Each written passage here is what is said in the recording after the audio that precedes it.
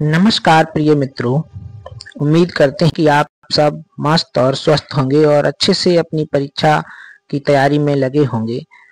प्रिय दोस्तों, CTET, UPTET, STET एवं अन्य राज्यों में होने वाली परीक्षाओं में बाल मनोविज्ञान के जो भी प्रश्न अभी तक पूछे गए हैं, उन सभी प्रश्नों को हम अपने YouTube चैनल पर आप सभी के लिए लेकर आए हैं। दोस्तों, बाल मनोविज्ञान के प्रश्नों का स्तर अभी तक कैसा आता रहा है, वह सब आप हमारी क्लास में देखेंगे।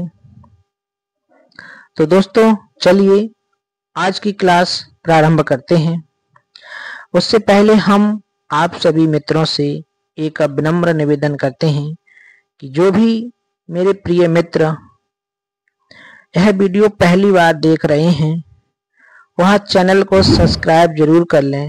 दोस्तों, चैनल को सब्सक्राइब करने में जरा सा भी कंजूसी ना करिएगा प्रिय मित्रों, यही तो हमारे लिए मोटिवेशन का कार्य करता है।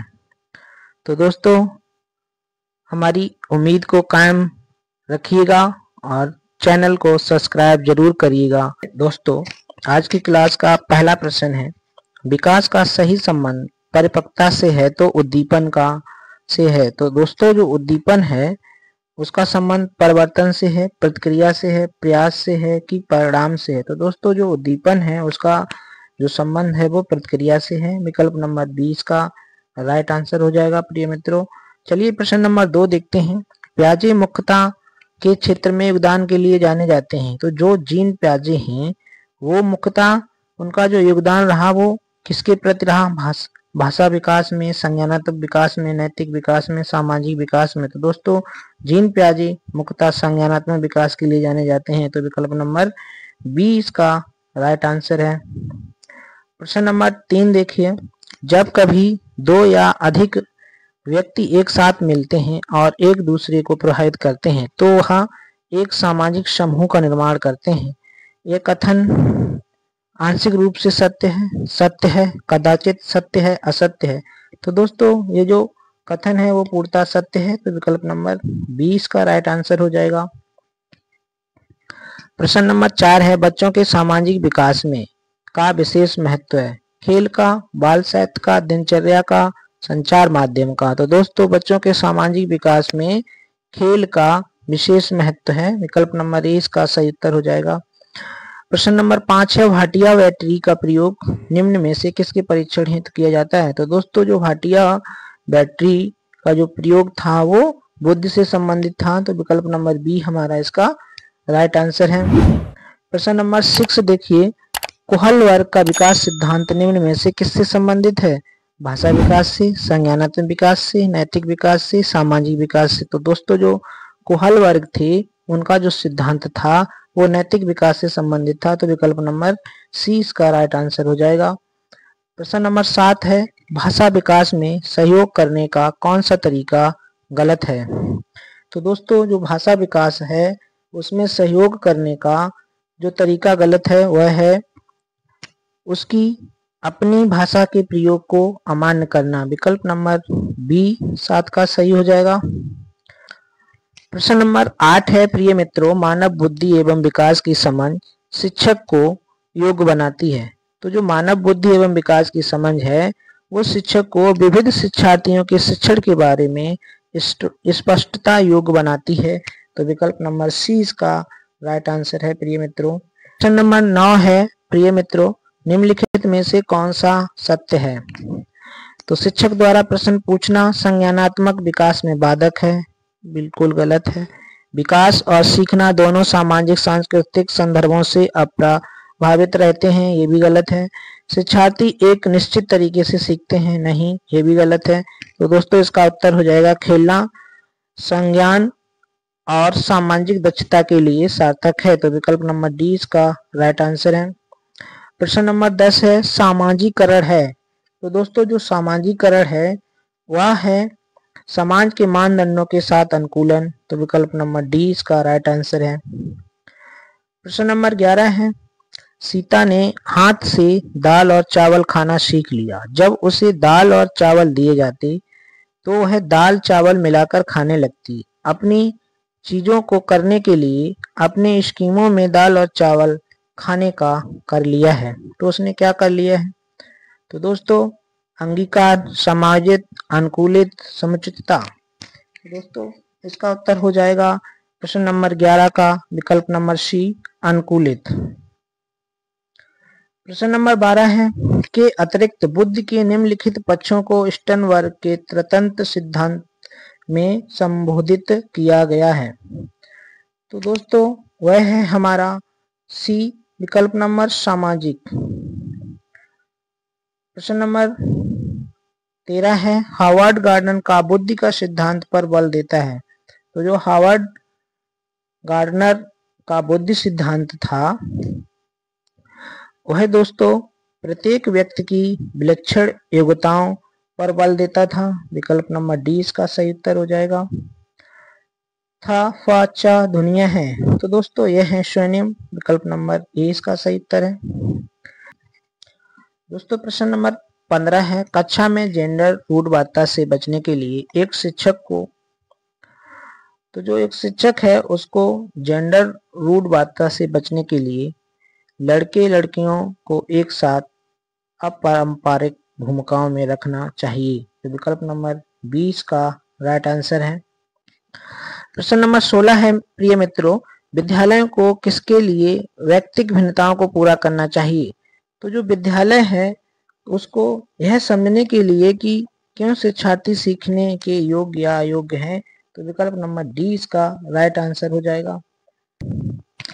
प्रश्न नंबर 17 है प्रिय मित्रों, सतत और व्यापक मूल्यांकन पर बल देता है। तो जो सतत और व्यापक मूल्यांकन है वह सीखने को किस प्रकार अवलोकिता, रिकॉर्ड और सुधारा जाए, इस पर बल देता है। तो विकल्प नंबर सी इसका राइट आंसर है। प्रश्न नंबर 18 देखिए, विद्यालय आधारित आकलन। तो जो विद्यालय आधारित आकलन है वह परिचित वातावरण में अधिक सीखने में सभी शिक्षार्थियों की मदद करता है। तो विकल्प नंबर डी इसका राइट आंसर हो जाएगा। प्रश्न नंबर 19 देखते हैं के अतिरिक्त निम्नलिखित समस्या समाधान की प्रक्रिया के चरण हैं। परिणाम की आशा करना, समस्या की पहचान, समस्या को छोटे हिस्सों में बांटना, संभावित युक्तियों को खोजना।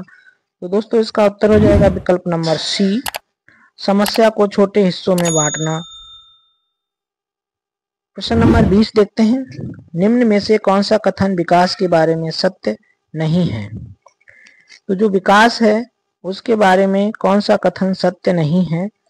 तो दोस्तों वह है हमारा विकल्प नंबर डी, विकास विशिष्ट से सामान्य की ओर होता है, ये बात सत्य नहीं है। प्रश्न नंबर 21 देखते हैं, बालकों की सोच अमूर्तता की अपेक्षा मूर्त अनुभवों एवं प्रत्ययों से होती है, यह अवस्था है। तो दोस्तों यह अवस्था है 7 से 12 वर्ष तक, यानी विकल्प नंबर ए हमारा इसका राइट आंसर है। प्रश्न नंबर 22 है, समस्या के अर्थ को जानने की योग्यता वातावरण के दोषों, कमियों एवं रिक्तियों के प्रति सजगता विशेषता है। तो दोस्तों ये जो विशेषता है वह है सृजनशील बालकों की। तो विकल्प नंबर सी हमारा इसका राइट आंसर है। प्रश्न नंबर 23 देखते हैं, एक क्रिकेट खिलाड़ी अपनी गेंदबाजी के कौशल को विकसित कर लेता है और वह उसके बल्लेबाजी के कौशल को प्रभावित नहीं करता, इसे कहते हैं। तो दोस्तों इसे कहते हैं शून्य प्रशिक्षण अंतरण। विकल्प नंबर सी हमारा इसका राइट आंसर है। प्रश्न नंबर 24 है प्रिय मित्रों, निम्नलिखित में से कौन सा कथन किसी व्यक्ति के मानसिक स्वास्थ्य को उत्तम रूप से प्रदर्शित करता है। तो दोस्तों जो किसी व्यक्ति का मानसिक स्वास्थ्य है वह उत्तम है तो वह पूर्ण अभिव्यक्ति, संगतकरण और समान लक्षण की ओर निर्देशन करता है। तो विकल्प नंबर ए इसका सही उत्तर हो जाएगा।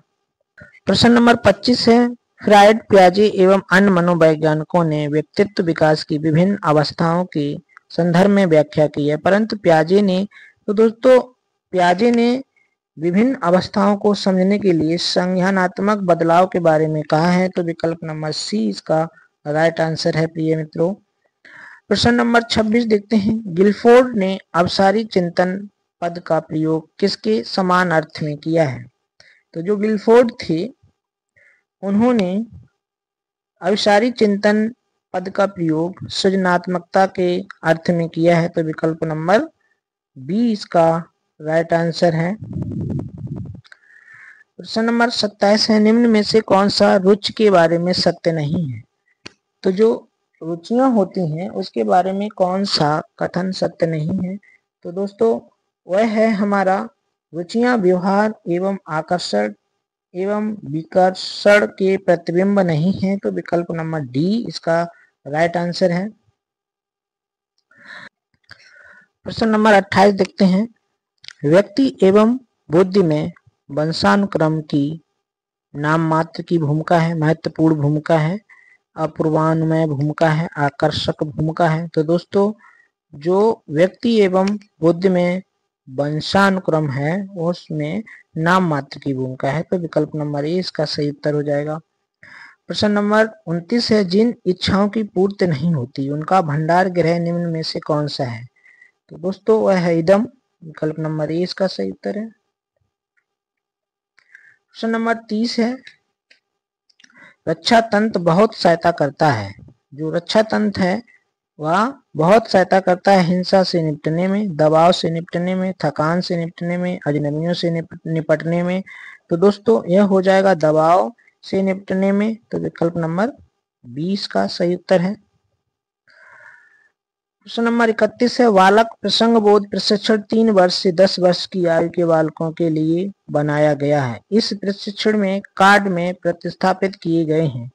तो दोस्तों इसमें जो कार्ड में प्रतिस्थापित किए गए हैं वह हैं हमारे लोगों के स्थान पर जानवरों को, तो विकल्प नंबर बी इसका राइट आंसर हो जाएगा। प्रश्न नंबर अगला देखिए,